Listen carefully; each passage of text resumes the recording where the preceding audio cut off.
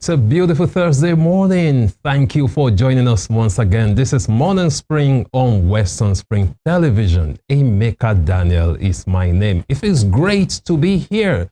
Thank you so much for joining us on the program today. I feel so much better. Unlike yesterday, I was a little under the weather, just a little bit, but now I feel so much better and always glad to be here. And what we do here every day, every weekday from Monday to Friday is bring you the best of news and information. I'm starting with the newspaper analysis, and of course we dive into critical conversations that shape our nation. If it matters, you get to hear it from us right here on Western Spring Television. Thank you once again for joining us. Good morning. And of course, I'm not alone. Good morning, Femi. Good morning, Daniel. How do you do? Well, very well. How do you do too? Oh, great. Very well. And it's good to hear that you're feeling better today, you know. Absolutely. An improvement on yesterday. Life happens. We just have to, check it out. After all, you're a man. Absolutely. You know that part in a man who fought lions in the lion's den, We were not told actually if the biblical Daniel fought lion. The only thing we heard was that he went to the lion's den and he came back with scars. The history of what happened in the den, we don't know. Yeah, that part you don't know. That part, exactly. At some point the lions were there to prove stubborn, but I was like, come on, sit down. Well, this thing that you have just said, if it's on the social media, there is a sound that will be played for you, and what you hear is DJ YK. But then, good morning, Nigeria. Good morning, world. It's good to be back here to do what we know how to do best at this time. Here on Morning Spring, on your award-winning station, Western Spring Television. Here where we say as it is. We're live on our YouTube channel at Western Spring Television and on channel 190 on Startimes DTT. This is what we do at this time, and we know you are ready. We are as well. We look at the headlines from different major dailies in the nation, and of course, we then get talking about issues. And talking about issues, we have so many. Absolutely. The government of Nigeria, I think they've started kicking back on some, stricter restrictions on visas for Nigerians, talking about the US and the UAE. Yeah. So they've started pushing back. But again, it's their country. They have the right to decide whatever they want to do. If the US wants to stop Nigerians permanently from coming to the US, there is nothing, absolutely nothing you can do about it. Yeah. So they are sovereign nations, so they get to decide how they want to allow, immigrants or visitors to come to their country. So you do not decide for them. But more worrisome is the fact that up till now, Femi, we do not have ambassadors in most of these countries. Yeah. What's going on with our foreign mission? That's it. It's taken too long just to get ambassadors to represent us, our diplomatic relations in different countries. So why is it taking so long? More than 109, I think virtually 109 nations of the world. And Nigeria is supposed to have, an ambassador in. It's been zero for close to 2 years now. In fact, since President Bola Ahmed Tinubu came, those that were serving, their tenure ended or they were recalled, and that has all over the place. And so one might say, okay, there are embassies all over, and you have consulates all over the place, or career officers in those places. But then an ambassador is the representative of a nation in another country. Absolutely. Now we don't have any. Most of the times when you look from the angle of politics, these are the job for the boy, mostly for the boy. Political sector, people that couldn't get the ministerial, slots. You couldn't get the directors of boards, ministries, and all of those things. Okay, there must still be something remaining, and so names will be collated, lists will be collated. Sometimes it is a blend of the political boys and, of course, technocrats and the career officers, actually a blend of both. But then, with what politics now represents in the operations of things in this country, you will think that maybe the least, is being collated. Now it has taken years, almost 2 years. And We are talking about representation. We are talking about your country having a face in another country. You are talking about the person that all the other countries will speak to if actually they need to speak or something is happening in your nation. And I think maybe, just maybe, more than half now of Bola Ahmed Tinubu's tenure, and then there are no ambassadors. Obviously, they are not priorities to him. Absolutely. Obviously. Absolutely. It doesn't one can make any conclude sense. that inference. You are 2 years into administration and you've not appointed one. Obviously, you don't care. Yeah, so some time ago, so a couple of months ago, I saw a report that they were compiling some lists. I saw some names, but again, why is it taking so long just to appoint ambassadors? And in that report, I saw that, you know, in most of these embassies, diplomatic missions abroad, their buildings, their offices can best be described as dilapidated. In terrible state. Exactly. They're not being taken care of. Terrible state. So what's going on? Are we broke as a nation? Are we broke? That's the question. Does that mean we can afford it? We can't afford it. And it's an essential part of running any nation. You have to have ambassadors. Absolutely, yeah. You are not just one jungle somewhere and you are the only one there. You know, these are some of the issues. And talking about boards, interestingly, Dr. Abdullahi Ganduje, who resigned as national chairman for the APC, All Progressive Congress, has been appointed as the chair of the FAM board, as the Federal Airport Authority of Nigeria. He has gotten that appointment, you know, for almost 6 months now. 6 months? It was just yesterday it was announced that he is now part of that. He's a chair of the board. Yeah, I think they were inaugurated yesterday. Inaugurated? Yeah. Oh, so he's not new? It has been announced for quite some months now. And, you know, so he's from one appointment to the other. From being national chairman of the ruling party to now the board chairman. You could see actually when he resigned or he was removed or whatever, I left that position, there was no kicking anywhere. Meaning everybody is set. You already knew. Obviously, everybody knows. Have you had anything from him? Nothing. Have you had anything from his boys? Have you had anger from any quarter? So your guess is as good as mine. And that yesterday they were inaugurated. Federal Airport Authority of Nigeria, and then we have to be working with Minister Keyamo, actually. Absolutely. So we wait to see, and that's the man in charge of the aviation ministry. The FAAN is, you know, an agency of under the ministry. So a two-time governor will be working under a former minister. Hopefully, there will not be clash. It doesn't really matter. They understand, you know, it's still the same party. Sometimes it does. They will play the politics there. Well, but then we are talking about aviation. That's not a place to play politics. Absolutely. It's a serious business. And so far, some people have been commending the aviation minister that he's been, you know, doing well, representing Nigeria well. I mean, coming up with policies, smart policies. Policies that benefit Nigeria and Nigerians. There was a time that he said he had to push for local content, especially in the aviation industry. That means chefs, caterers, people that run in as much you are here. Even if you're an international airline and you are domiciled here, so you take passengers from here to wherever destination, you bring them back. There was a time he pushed for that policy that the chefs on board, in as much Nigerians are there, should be Nigerian chefs. And many persons applauded in fact that you can't be carrying Nigerian passengers possibly to Tokyo or to New York, and they will still be fed, you know, whatever they are being fed. There are many persons that, like myself, to be on such a flight, 6 hours, 18 hours, I would love some Nigerian food for myself. Not just from... Okay, for the Nigerians. Yeah, for the Nigerian, not just from finger picking, you know, fork picking kind of food that you have to Google to know the name of whatever they give you. About having some nice fufu and eba. Absolutely. Especially long journeys. Yeah, long journeys. Yeah. And talking about flights, I actually once got tipsy on an Emirates flight. On an Emirates flight to Dubai.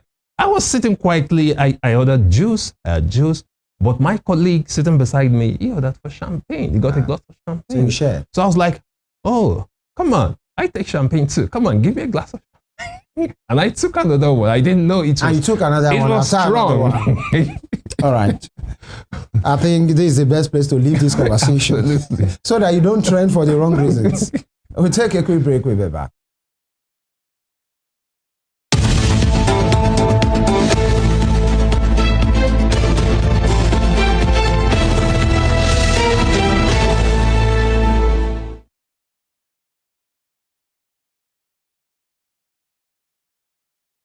Thank you for staying with us. And let's see what the papers are for us today. Starting from the Punch newspaper, punching it hard. Diplomatic tensions. Federal government pushes back as US, UAE tighten visa rules. Federal government pushes back as US, UAE tighten visa rules. And with the rider, ministry begins high-stakes negotiation as officials fault the US over reciprocity claim. Ministry begins high-stakes negotiation as officials fault US over reciprocity claim. And below that, you have the picture, of a US meeting. African leaders seek Trump support to develop resources. African leaders seek Trump support to develop resources. Interesting. This is not really a strange thing, but sometimes you want to just think to yourself, African leaders, that's leaders on the continent, going to a country for support, And it's not just about what is happening, it's about what we have always been. Like this psyche of being subservient. Even when the colonial masters, when they left, even though, they still have their hands in our affairs, we didn't really emancipate to be the people, leaders of ourselves. Every now and then, the young, when they come to power, the old, when they come to power, they are still running to US, running to France, running to UK. I think it's every time. I think it's more pronounced among the old ones. It's a thing. It's a mindset thing. Look at the young leader. You want to take your vacation? Let's take a cue from the young leader of Burkina Faso, Captain Ibrahim Traore. He's doing exactly opposite of what these other leaders are doing. He's saying we don't need help. We have what it takes. We have the resources. We have the human capacity. We can do everything here. And he's doing better. So I think it's all about the mindset of our leaders who can't just think outside of the box for the first time and do things differently. Africa is so blessed. Africa is blessed. Africa shouldn't be lacking, in anything. We have no but unfortunately, poverty, absolutely. But leadership. Absolutely. We have all the resources here. We have the gold. We have all the minerals. Oil, everything. Human resources. And yet we are trading it for paper. For paper that's been printed. These are the issues. I'm talking about Omar Traore, the Burkina Faso leader. Though some persons that have been, expressing some, reservations to say, yes, he might be doing whatever is okay there, but I feel that it's intentional image laundering about the man. No, the guy is doing well. Really? I look deeply into Burkina Faso. The guy is doing extremely well. We should all do well for his country. Now, below that, IMF pledges support for FIRS on tax reforms. IMF pledges support for FIRS on tax reforms. Please, FIRS, beware of the kind of support you take. So let it be advisory at best. And, if we check the advice as well. LG poll, police restricts the movement in Lagos, deploy squads, is going down this weekend. The local government polls. Now, when elections are like wars, you have to deploy the stakes squads. are higher now. As far as LG election. Absolutely. The money is bigger. You should know. Now, Tinubu government seeking excuse to clamp down on coalition ADC. I think that was something that was popular during Buhari's reign. Everybody that complains about the government, about the party, about the work, they call them wheeler during the Buhari era. And so, at this time, I think the ADC is their turn to win right now, in a manner of speaking, because every day since last week, you have been hearing one thing or the other about them. Maybe they are the ones taking over LP and the PDP. Well, if anything goes wrong in any party now, they are quick to, see the hand of Tinubu. In every party, Tinubu is the one doing this. I think they should take responsibility. Yeah, and top strip, President Bola Ahmed Tinubu, GCFR, warmly greets Aiboje Aigemokode, CFR chairman of the Aigemokode Foundation at the 2025 International Civil Service Week. All right, that is all from the front page of the Punch for today. And from the Punch, we move to the front page of the Guardian newspaper this morning. On the Guardian newspaper, international travel restrictions spark fresh row over absence of ambassadors. International travel restrictions spark fresh row over absence of ambassadors. We just talked about that at the beginning of the program. When we don't have ambassadors in these countries, of course, it will affect diplomatic ties. I mean, how can we negotiate effectively when we don't even have official representatives in these countries? I think it's something we should deal with. Below that, we have mutual funds rise by 105% to 5.9 trillion naira in first half on higher demand yields. You'll find a story on business page 18 talking about mutual funds rising by 105% to 5.9 trillion naira in first half on higher demand.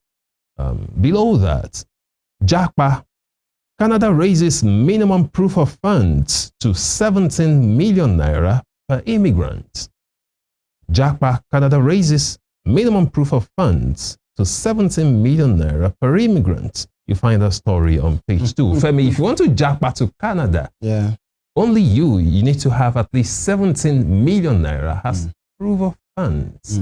Come on. In Nigeria, like we say in Nigeria, people like me, we just say, Canada, day your day. Make I day my day. 17 million for an individual. Proof of funds. Interesting. It's their country. It's their rule.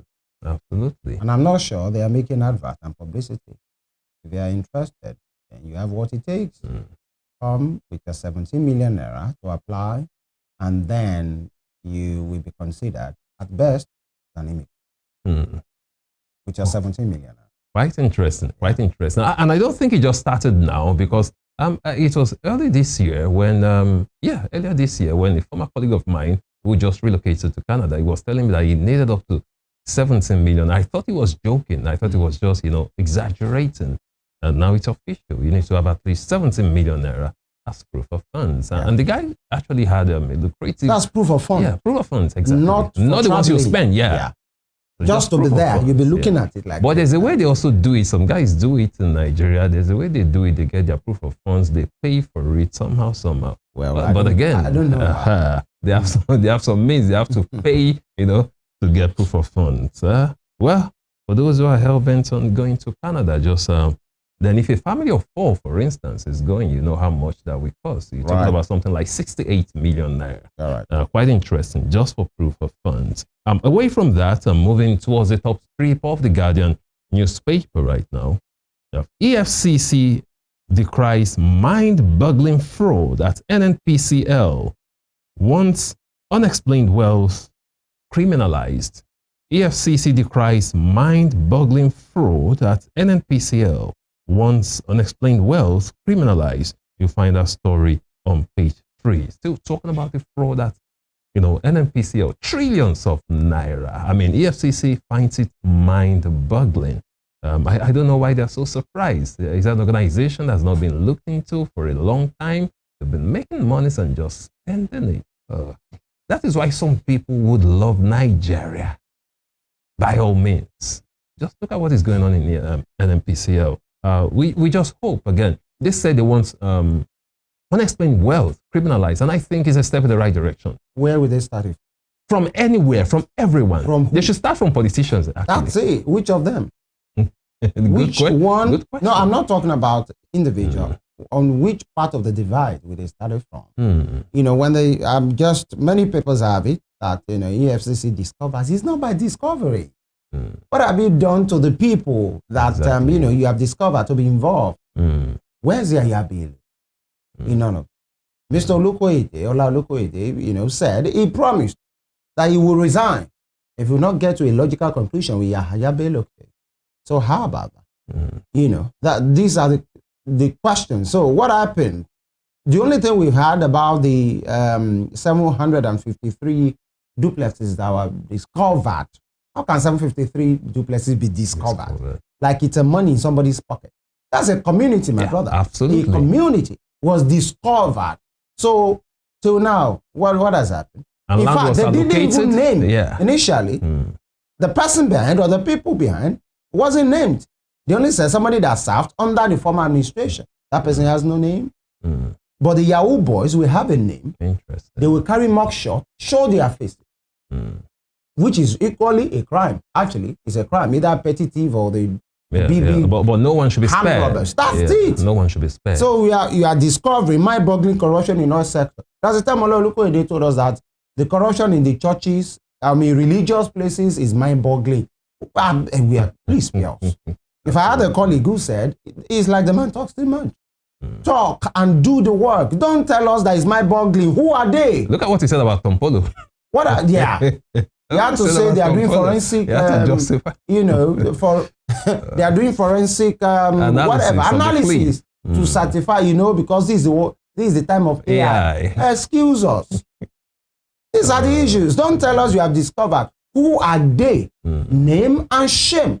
So they can serve as deterrent to everybody, especially public officials that are still in power. They know that when you are found out, you will not just be punished, you will be named, be shamed. Yeah. That's the thing. So much unexplained. So they are talking about unexplained wealth. Where would they start it from? Many Nigerians would dare the AFCC and say, start from the APC. Absolutely. That's the ruling party. I'm not saying you should, because they are APC. No, just to show that you're serious. Yes. That's it. Just to show that you're serious. And then don't let nobody's ox be God. So what has happened to Tompolo? Many persons have called out to Mr. Ololukoyede as the chairman, not as a person, but as the chairman of the EFCC to say they double dare him. Go and touch Tompolo. So what has happened to today? He just kept quiet. He said forensic analysis is going on. He lost his team. No, he says forensic analysis is going on. Until an analysis is concluded, it might take years. We are waiting. Quite interesting. Unexplained wealth in Nigeria. We have people with millions and millions of dollars and they can't even explain. Empty duplexes in Abuja? I've seen a documentary. Empty streets. People who just have some money, built, abandoned in there. Just to, hold them because some of these things cannot be carried around. These are the issues. That's the problem in Nigeria. And the people are suffering. The nation, poverty is rising. So the wealth is there, but the uneven distribution of wealth, that is our major problem. Yes, they want everybody to explain their wealth. Let them start from the people in government. Absolutely. And the ruling part. Then people will take them serious. That if the high ranking, not just to witch hunt, if the high ranking officials of the government or the people in power can be found out and be prosecuted. Yeah, to serve as a deterrent. Then when you pick on the people on the other side or ordinary people say, let them do their job. Absolutely. That's the way it works. Absolutely. Moving on to other stories, still on the front page of the Guardian newspaper this morning. 2027. Don't underrate Tinubu. Ribadu warns opposition. 2027. Don't underrate Tinubu. Ribadu warns opposition. You find that story on page 3. My people will say there are times you want to have your teeth, under your lips. You don't just want to expose it. But there are some situations and stories that will not just allow you. What is the place of NSA to be talking about? Even if he's a member of the APC, granted, but he's our NSA. But he's been speaking.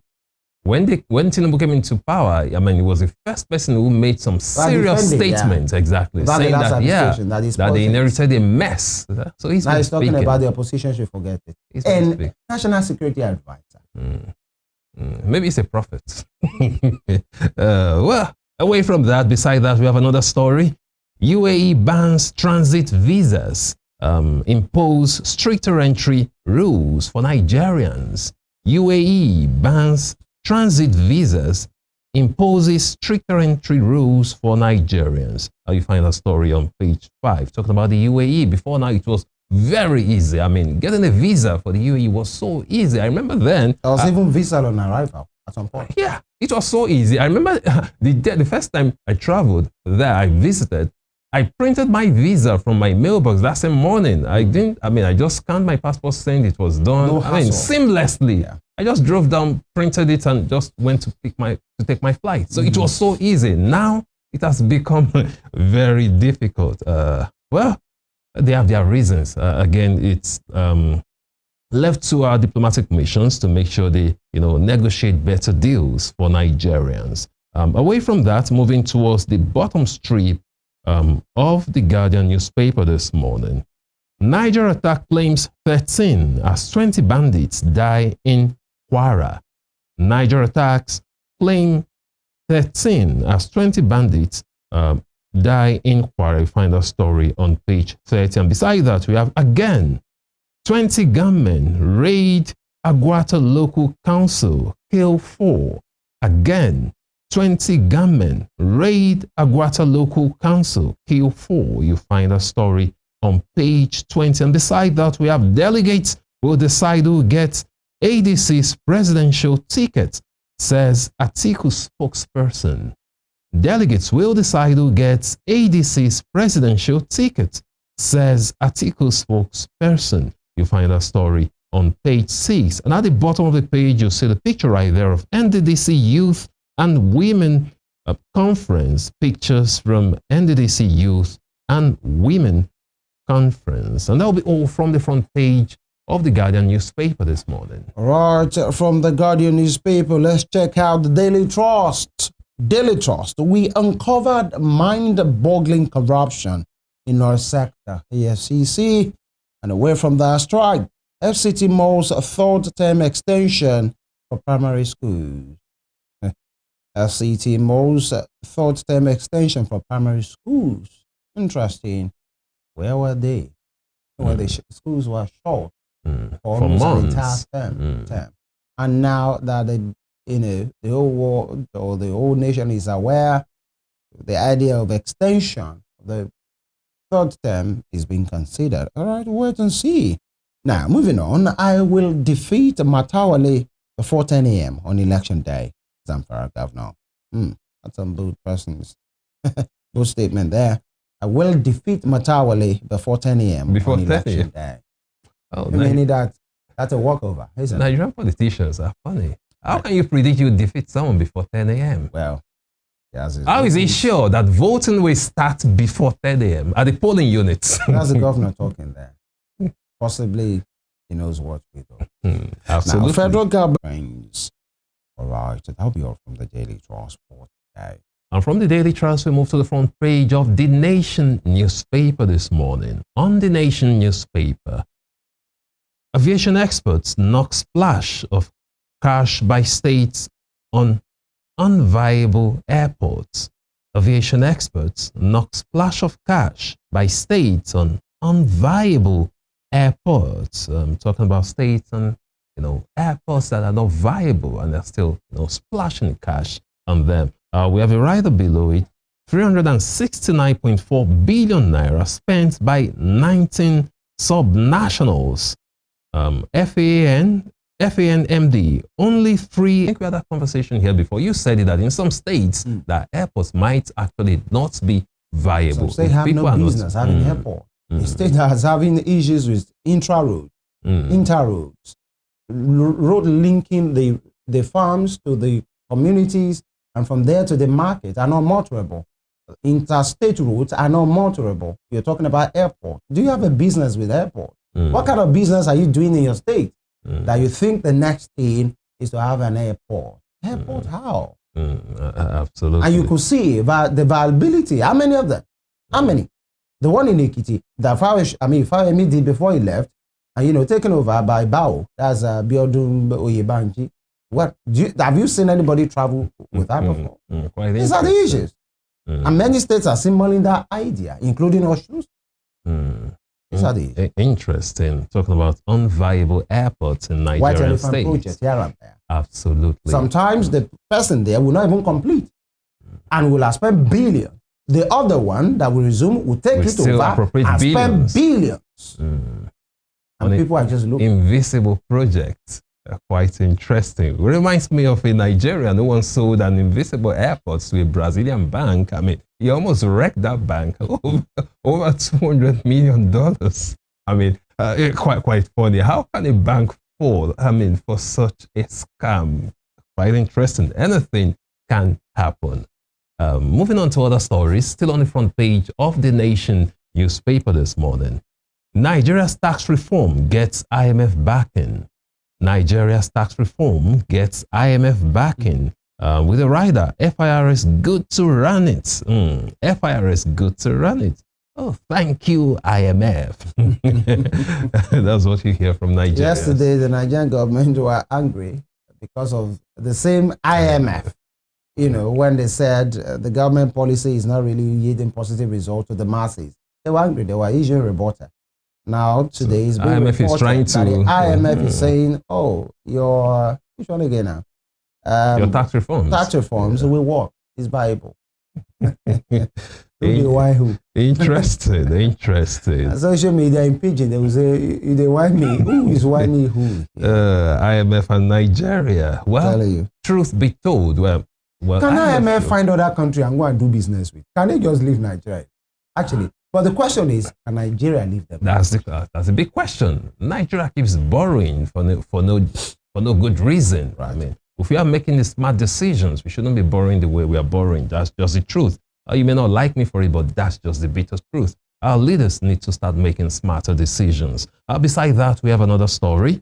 Court nullifies conversion of Nikon's £130.7 million by Union Bank.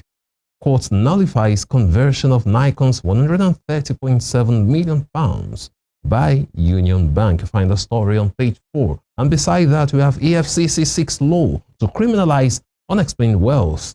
EFCC 6 law to criminalize unexplained wealth. You find that on page 3. Still talking about unexplained wealth in Nigeria. And I'm in support. It should be criminalized. If you have wealth that you cannot explain, you should go to jail. It's as simple as that.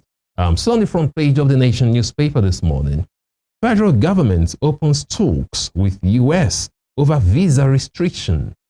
Federal government opens talks with U.S. over visa restriction. I'm still talking about visa restrictions imposed by the U.S. and, of course, the UAE. And still on the front page of the Nation, moving towards the bottom strip, we have Tinubu's reforms building on Buhari's legacy. Tinubu's reforms building on Buhari's legacy. With a rider, XSGF finds nexus in 2 leaders' programs. And beside that, we have Gowon leads dignitaries to Shehu's book presentation. Gowon leads dignitaries to Shehu's book presentation. And at the bottom strip of the Nation this morning, we have Senate, House ministry leaders gang up against presidents not option now. Oh, okay, I'll tell you that again. Senate, House minority leaders, I beg your pardon, gang up against president not option now. You'll find that story on page 5. And that'll be all from the front page of the Nation newspaper this morning. And that also brings us to a conclusion of the newspaper review segment of the show. We'll take a break, and when we return, we dive into critical conversations. Please stay with us.